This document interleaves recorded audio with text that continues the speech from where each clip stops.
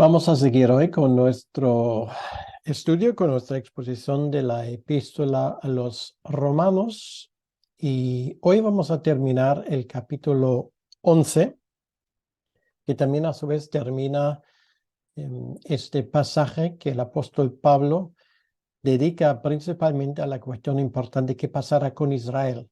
Y esto, como perfectamente saben ustedes, hasta el día de hoy es una de las preguntas candentes dentro de la iglesia del Señor. ¿Qué pasará con los judíos? ¿Habrá un futuro para Israel? Y estamos hablando del Israel étnico. Y lo que hemos visto hasta el momento, y el apóstol Pablo lo razona con mucha claridad, con tanta claridad que a veces uno se extraña que allí puede haber opiniones y entendimientos de este pasaje tan dispares. Él empezó este pasaje indicando de que la razón por la cual Israel se encuentra en esa situación actual quiere decir que están en desconocimiento del plan de Dios, se debe al hecho de que Dios les ha ordenado de momento un tiempo de ceguera. Es el tiempo del remanente.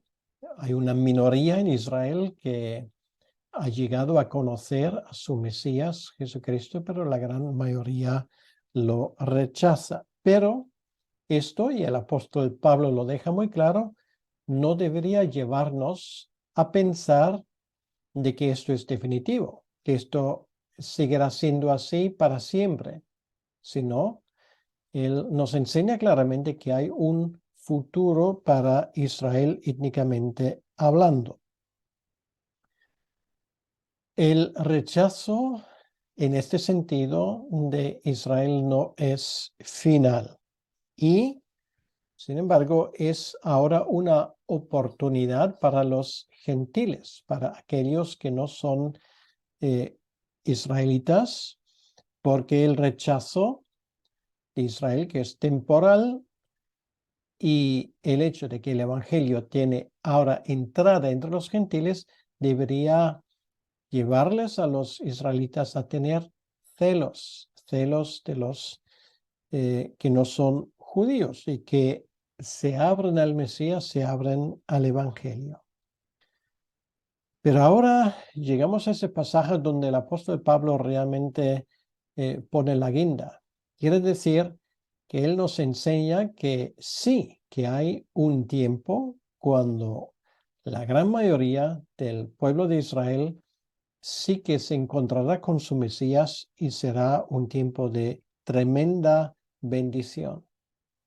Y por eso, la última vez lo hablamos, él usaba, no era una parábola, pero era un ejemplo, una imagen del olivo, donde aprendimos que las ramas desgajadas son los judíos, las ramas injertadas son los gentiles.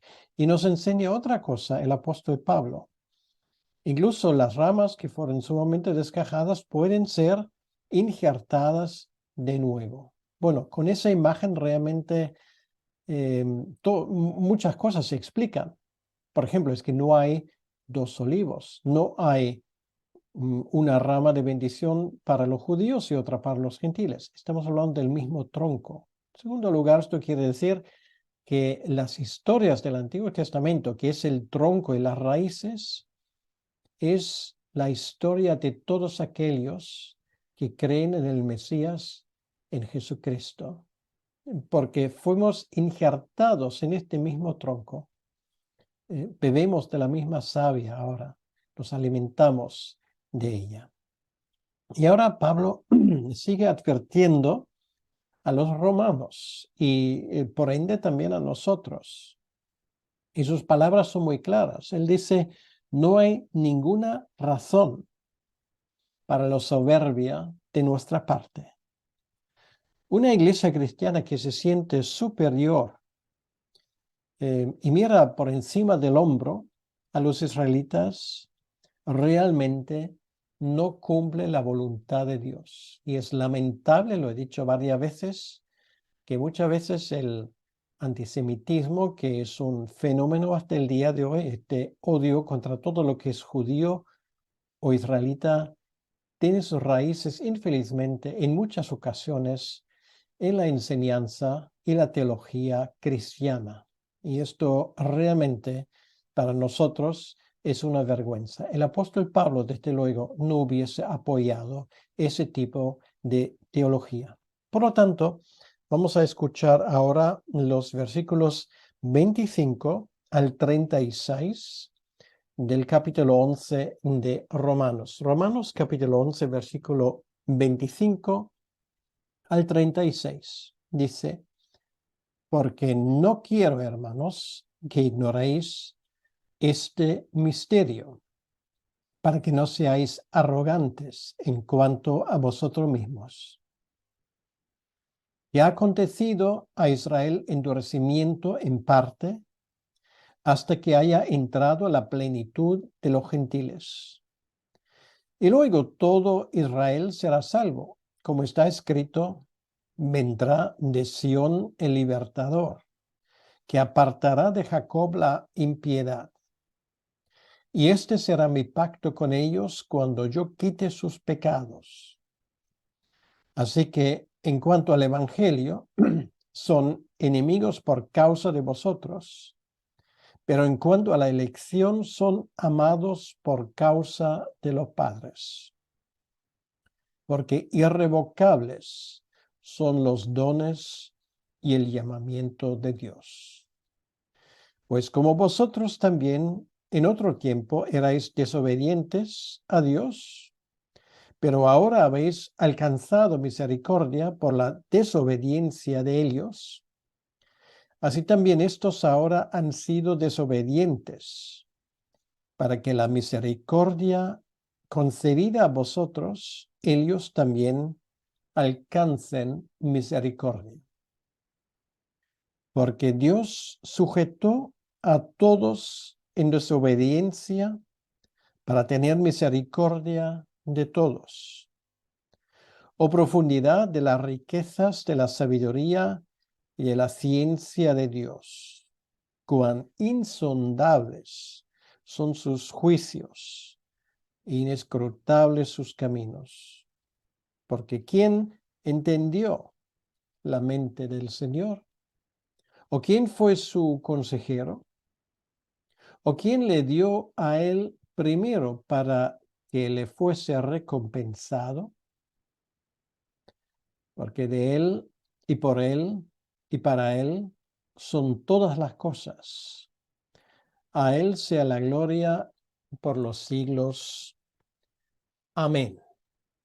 Señor, pedimos que tú añadas a la lectura de tu palabra también tu bendición y te pedimos, Señor, que podamos entender lo que nos quieres decir a través de estos versículos del capítulo 11 de Romanos. Te lo pedimos, Señor, en tu nombre. Amén. Lo primero que el apóstol aquí habla es el misterio del plan de Dios. Pablo aquí revela un misterio, ya lo hemos hablado. Misterio no quiere decir algo misterioso. Nosotros tenemos un entendimiento de esta expresión en ese sentido. No. Misterio, misterion en el Nuevo Testamento significa simplemente una verdad que no ha sido revelada hasta ese momento. ¿Vale? No tiene nada de misterioso una vez revelada, pero es algo que antes no se sabía, pero que ahora se sabe. Por lo tanto, Pablo aquí revela un misterio, como dice en la primera parte del versículo 25. Y ese misterio tiene realmente dos partes. En primer lugar, nos dice que endurecimiento parcial ha ocurrido en Israel, no total, sino parcial. Una parte de los israelitas es endurecida. Una parte de ellos no entienden, no saben qué hacer con el Evangelio. Tienen, digamos, una noción, una idea de Jesucristo que no es correcta. No entienden realmente de qué va el tema. Y a día de hoy esto es la mayoría, la gran mayoría de los israelitas. Pero Pablo dice muy claramente que esto no seguirá así para siempre. Llega el día cuando el número total, el número que Dios, para decirlo muy claramente, ha predestinado a la vida eterna, cuando llegue ese momento, pues entonces Dios va a hacer algo realmente excepcional. Llega el día cuando ese número total de gentiles llegan a conocer a Cristo, entonces lo que veremos cuando llegue ese momento será algo fenomenal.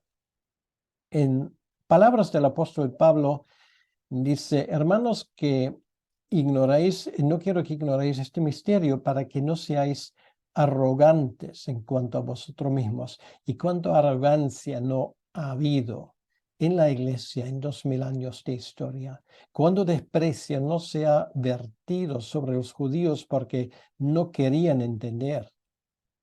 El mejor, o para llevarlo de otra manera, tal vez peor ejemplo de esto fue el mismo Martín Lutero mismo. Martín Lutero, que al inicio estaba lleno de entusiasmo con compartir el Evangelio con los judíos, al darse cuenta de que ellos no quieren responder, realmente se volvió, lo que advierte Pablo aquí, arrogante en contra de ellos.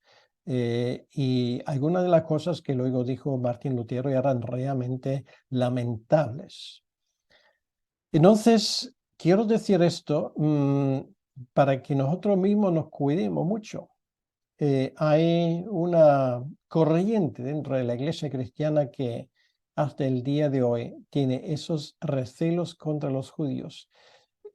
No puedo insistir más en el tema que Pablo lo hace aquí, porque lo que dice Pablo está tan diáfano y tan claro que uno se sorprende cómo esto no entra en la cabeza de algunas personas.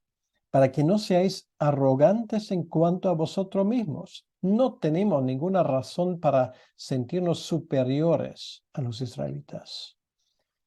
Que ha acontecido a Israel endurecimiento en parte hasta que haya entrado a la plenitud de los gentiles. Realmente, lo que nosotros despreciamos en Israel, lo que dice Pablo aquí, ha sido una bendición para nosotros, porque si no fuera así, posiblemente tú y yo no estaríamos aquí en este momento, escuchando la palabra de Dios. Recuerdo que hace algunos años una gran cadena de muebles hizo una promoción especial. Entonces, cada 10,000 personas que pasaban por caja, o sea, cuando llegaba el número 10,000, en esa línea de cajas, bueno, se escuchó una música y se pararon todas las cajas, y a esa persona se le regaló un cheque de no sé cuántos euros. Entonces era, claro, todo el mundo esperaba que llegase ese momento.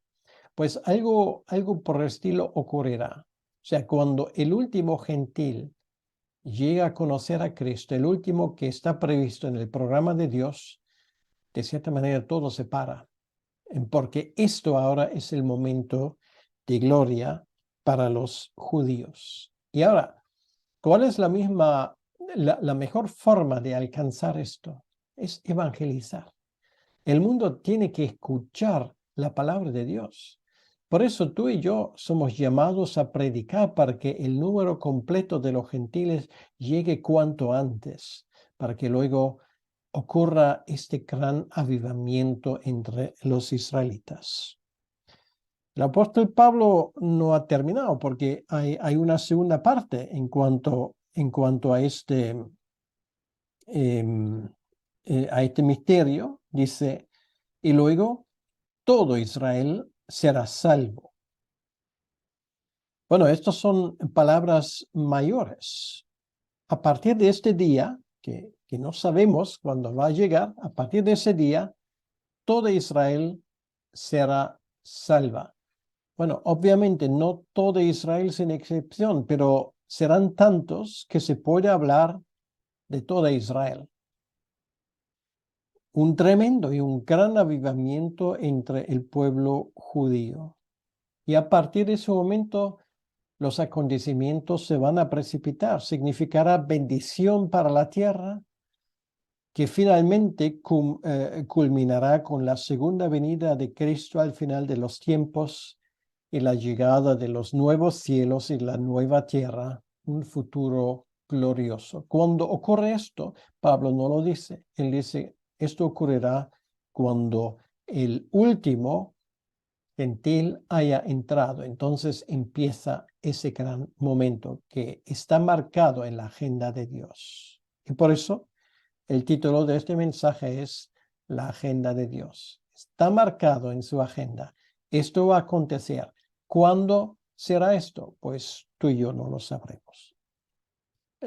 No lo sabemos, pero lo sabremos. Quiere decir, hay esperanza y hay un futuro para los judíos, para los israelitas. Y Pablo lo demuestra con versículos del Antiguo Testamento. Lo que él cita son los versículos del profeta Isaías, de los versículos 20 y 21 del capítulo 59. Dice, vendrá de Sión el libertador, que apartará de Jacob la impiedad. Y este será mi pacto con ellos cuando yo quite sus pecados. Isaías habla del hecho de que el libertador vendrá a Sión. Bueno, esto ocurrió hace 2000 años. Esto se cumplió con la llegada, con el nacimiento de Jesucristo. Y de allí saldrá esa bendición, se quitará el pecado también de Israel. Recuerda a las palabras de Daniel capítulo 9, versículo 24, donde dice, 70 semanas están determinadas sobre tu pueblo y sobre tu santa ciudad para terminar la prevaricación y poner final al pecado y expiar la iniquidad, para traer la justicia perdurable y sellar la visión y la profecía, ungir al santo de los santos. Bueno, esto se cumplió.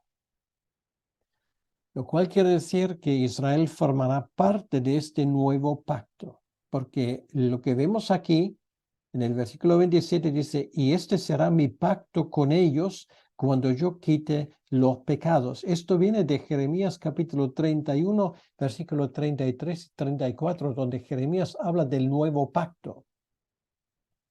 Ese pacto del cual tú y yo formamos parte, pues será también su pacto, el pacto de los israelitas. Israel formará parte de este nuevo pacto.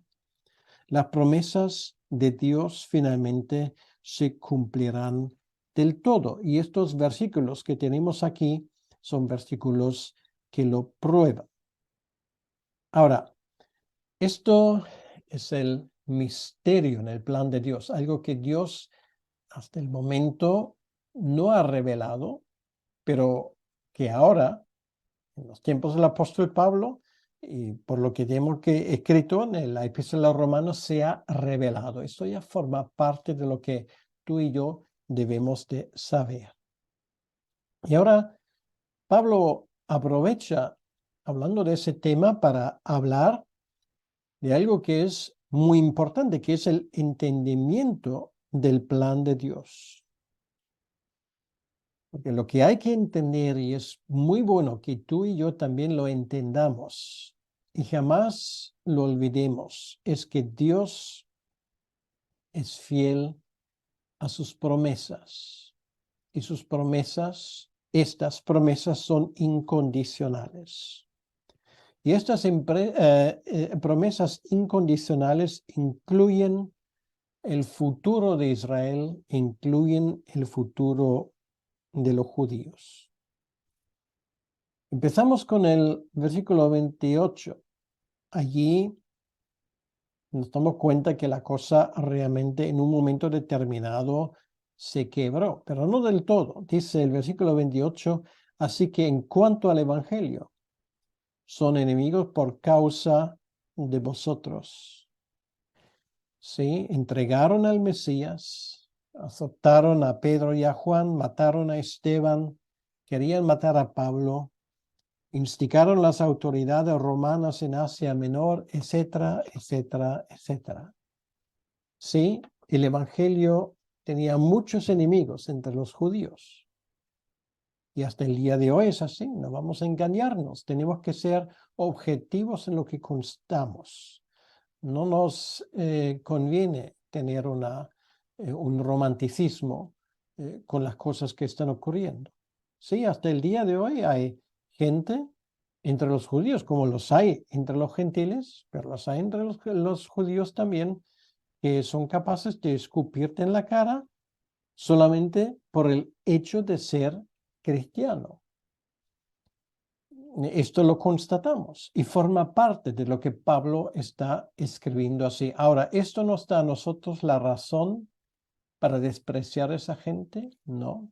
Pablo lo dice muy claramente, ellos siguen teniendo un lugar en el plan de Dios. Ahora, cada uno, desde luego, por lo que hace, es responsable delante de Dios de sus actos.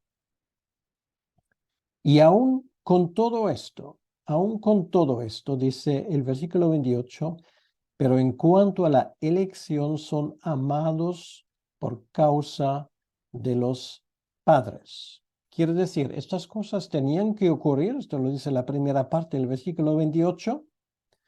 Esto significa nuestra oportunidad como gentiles. Dice, son enemigos por causa de vosotros, quiere decir, en nuestro beneficio. Pero luego, en la segunda parte del versículo 28 dice, pero en cuanto a la elección, quiere decir, en cuanto a los designios eternos de Dios, siguen siendo amados, siguen siendo su pueblo, siguen siendo un grupo de personas especiales. No porque sean mejores por naturaleza que nadie, sino, Dios lo dijo muy claramente, no por esto, sino porque sois los más débiles, porque sois la cola, porque es por mi gracia y únicamente por mi gracia que estas cosas forman parte de los designios eternos de Dios. Son amados de Dios, amados por Dios.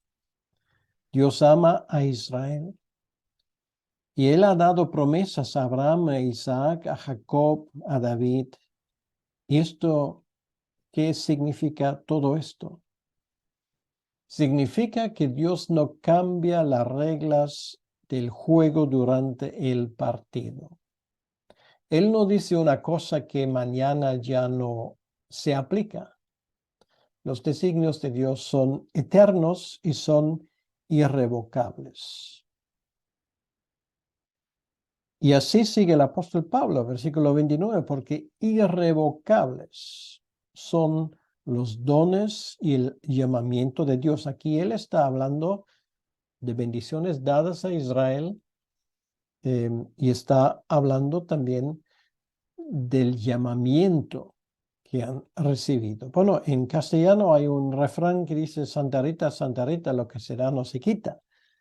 Ahora, es un refrán popular y no soy personalmente muy devoto a Santa Rita, como se puede imaginar, pero lo que digo es, la verdad que hay detrás es cierta. Lo que se regala, lo que no se quita. La persona que ha recibido el regalado. Esto es sentido común y esto en cuanto a nuestro Dios es un principio teológico.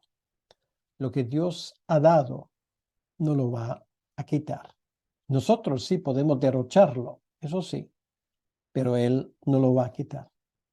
Fiel es Dios en cuanto a sus dones y en cuanto a su llamamiento. Ahora, ¿qué son estos dones? No son los dones espirituales, como algunos creen, porque Pablo en ese contexto no está hablando de esto, ni son el llamamiento al ministerio, como otros también falsamente, equivocadamente desprende ese pasaje. Pablo no habla ni del uno ni del otro. Ojalá que aprendiésemos de una vez tomar en cuenta el contexto de lo que en el cual se dice una cosa. Pablo habla aquí de otra cosa. Vamos a volver al capítulo 9 y leer el versículo 4 y 5. Aquí dice que son israelitas, de los cuales son la adopción, la gloria, el pacto, la promulgación de la ley, el culto y las promesas, de quienes son los patriarcas y de los cuales según la carne vino Cristo, el cual es Dios sobre todas las cosas, bendito por los siglos. Amén. De esto estamos hablando. De esto se trata cuando Pablo aquí habla de llamamiento y habla de dones. Esos son los dones que Dios ha dado a Israel: la adopción, la gloria, el pacto, la promulgación de la ley, el culto, las promesas y tantas cosas. Esto es el contexto de lo que ese versículo habla. Y el llamamiento, pues ese llamamiento se remonta a Abraham. Dios le llamó. Su nieto se llamaba Jacobo. Dios luego cambió su nombre en Israel. Y aparte de las promesas generales, hay promesas específicas para los descendientes de Israel. Y para que se entienda esa verdad, que a algunos parece que les ha costado hace 2000 años, tanto como a nosotros, algunos de nosotros hoy en día, para que se entienda esa verdad, Pablo pone el ejemplo que los romanos, y por ende también nosotros, entendemos bien. Versículo 30. Pues como vosotros también en otro tiempo erais desobedientes a Dios, pero ahora habéis alcanzado misericordia por la desobediencia de ellos. Ahora, vamos a parar aquí. Es la verdad que consideramos, estudiamos la última vez. Fuimos injertados y pudimos ser injertados porque otros fueron descuajados de este tronco. Fuimos injertados y esto habla de que algo es inmerecido, que ocurre por la pura gracia divina.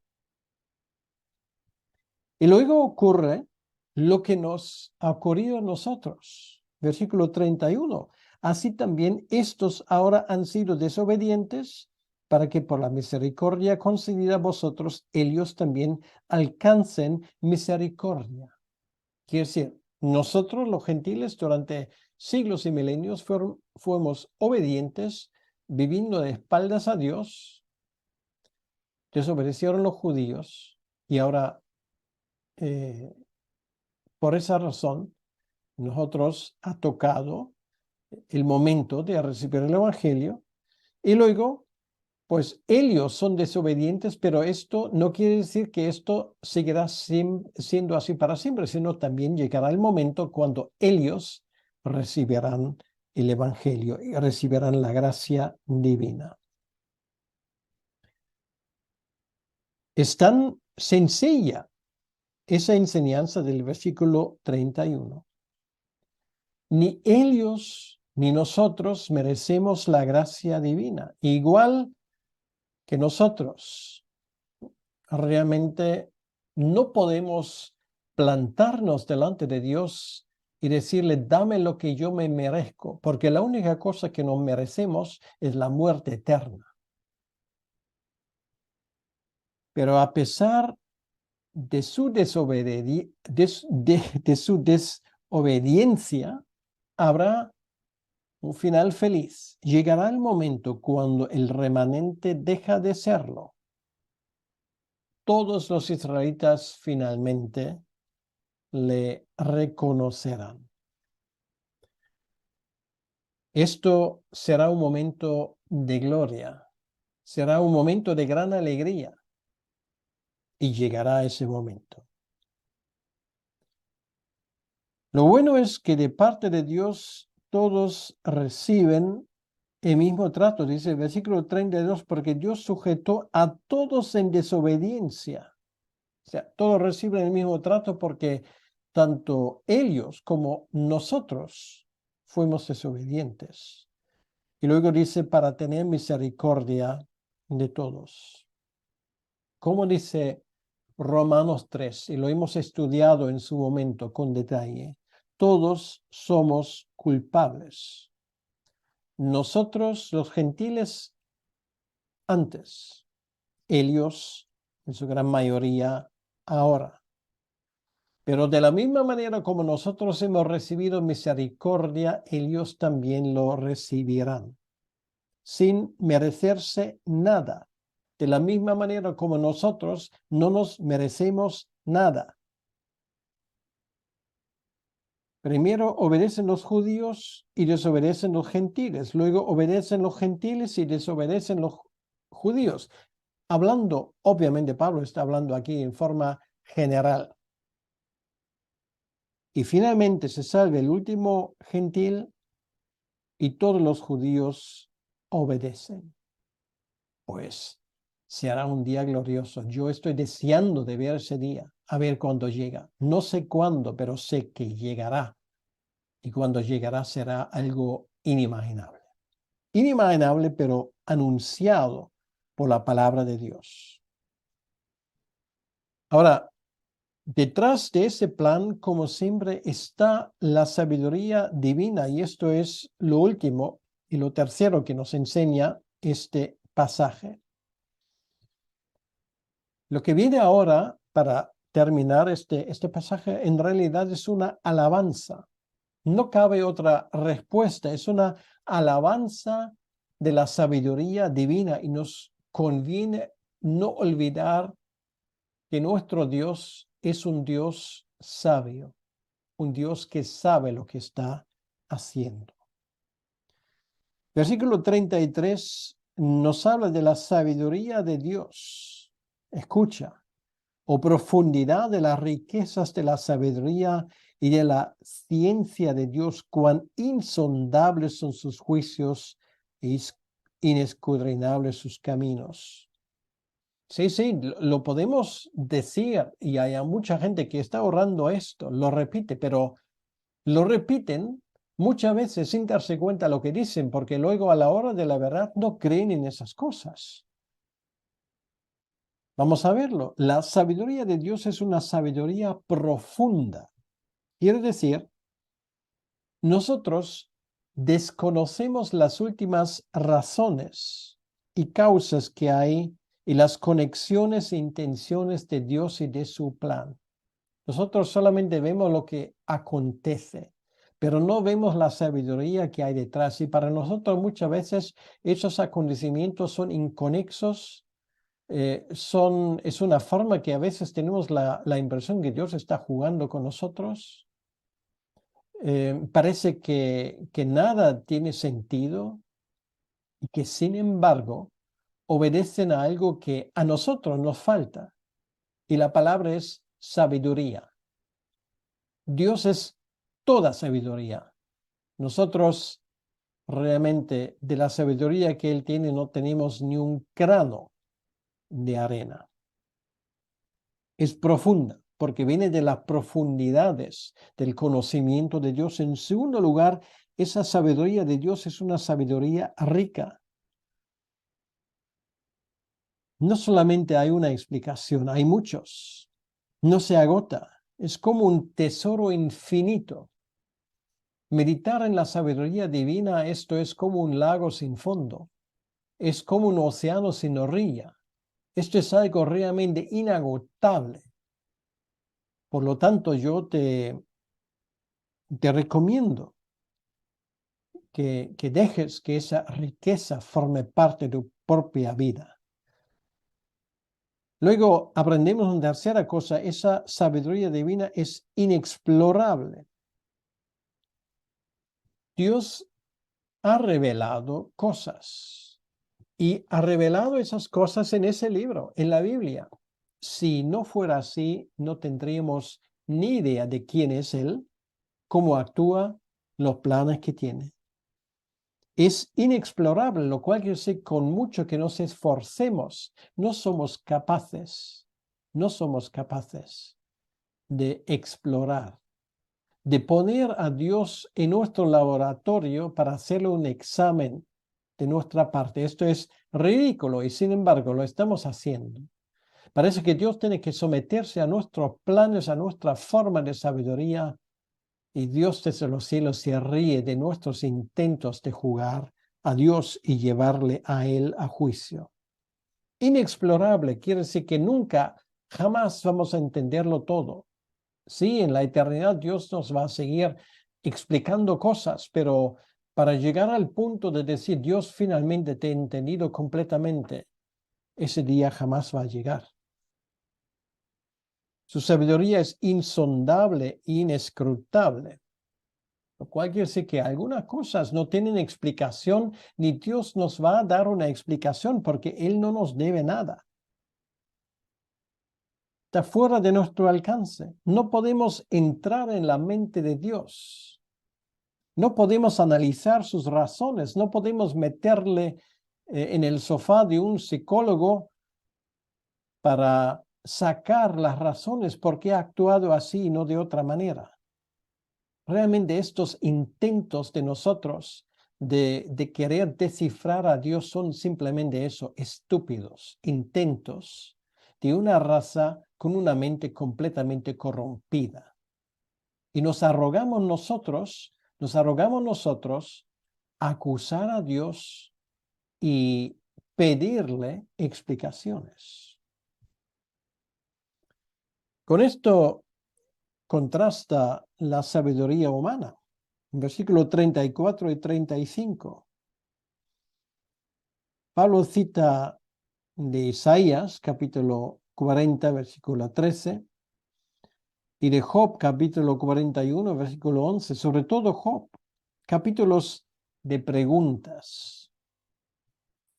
Dios le hace preguntas a Job, y Job queda tan pequeño. Él que lo quería saberlo todo, al final tiene que entender que no entiende nada. Es alucinante cuando encuentras gente que parecen ser los abogados de Dios, que parece que no saben explicarlo todo. Es tan alucinante como aquellos que son no los abogados de Dios, sino los fiscales que actúan en contra de Dios, que le acusan de todos los malos habidos y por haber. Ambos simplemente son figuras trágicas, para no decir ridículos. No podemos darle consejos a Dios ni pedirle responsabilidades a Dios, tampoco en nuestras oraciones. Por eso oramos en el nombre de Jesús, no como una fórmula que simplemente añadimos al final de nuestras oraciones, sino reconociendo de esa manera que no lo entendemos todo y que lo entregamos todos en las manos de nuestro Dios Jesucristo. No vamos a decirle cómo Él tiene que gobernar ese mundo, y algunos cristianos parece que se han empeñado en esto. Tenemos que reconocer siempre su sabiduría. Sí, podemos pedirle cosas, pero no siempre nos va a dar lo que nos pide, porque muchas cosas pueden hacer mucho daño en nuestras vidas.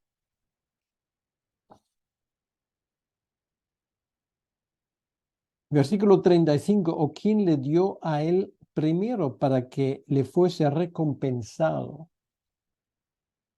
Así funcionan las religiones, ¿te has dado cuenta?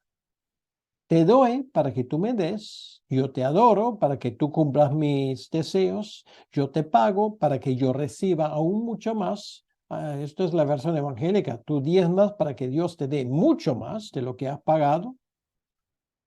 Es un concepto típicamente pagano.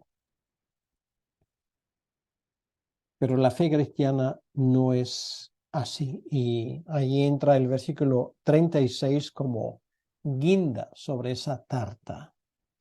Porque de Él y por Él y para Él son todas las cosas, no algunas, todas. A Él sea la gloria por los siglos. Amén. Pues lo de Job, cuando él acusaba a Dios, termina con una frase: de conocidos solo de oídos, pero ahora mis ojos te ven. Y aquí también en un solo versículo Pablo nos enseña 4 verdades de Dios al que adoramos y hacemos bien en no olvidarlos ni por un momento. En primer lugar, Él es el creador. No es una casualidad que me estás escuchando ahora. No es una casualidad de que tú vives. No es una casualidad que existe la tierra y el vasto universo. No somos producto de una explosión fortuita, no es una evolución ciega que no debe explicaciones a nadie, es producto de un espíritu todopoderoso, omnisciente y omnipresente. Acuérdate quién eres para que entres en razón. En segundo lugar, Él es sustentador. No solo nos ha creado, sino además mantiene lo que Él ha creado. Podemos decir que todo es energía, esto los físicos nos dicen ahora, no hay nada como materia en el pleno sentido de la palabra, todo es energía, realmente. No lo entendemos, podemos describirlo ahora si somos muy listos. Posiblemente jamás lo sabremos cómo todo esto realmente funciona y está relacionado con la sabiduría de Dios. Pero conténtate de momento con esa sencilla verdad. Existes en este momento porque Él lo quiere así. ¿Qué te parece? En tercer lugar, es el centro y la meta de todo.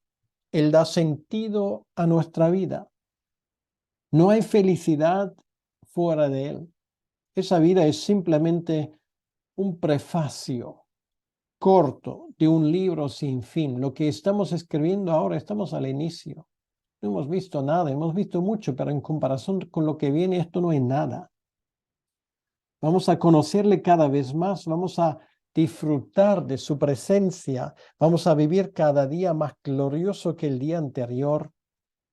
Vamos a volver a ver a nuestros seres queridos que partieron en la misma fe que nosotros. Vamos a recordar días en este valle de lágrimas y compararlo con el futuro tremendo que tenemos cada día en la gloria. Y finalmente, Él merece nuestra atención. A Él sea la gloria por los siglos. Amén. Por lo tanto, es a Él y solo a Él que adoramos. Adorar a nuestro Señor es la tarea más importante nuestra de cuantas pueda haber. No hay otra cosa más importante. La adoración hace que tu alma coja el ritmo y la música de esa melodía sublime que sale del trono de Dios. Esto es adoración.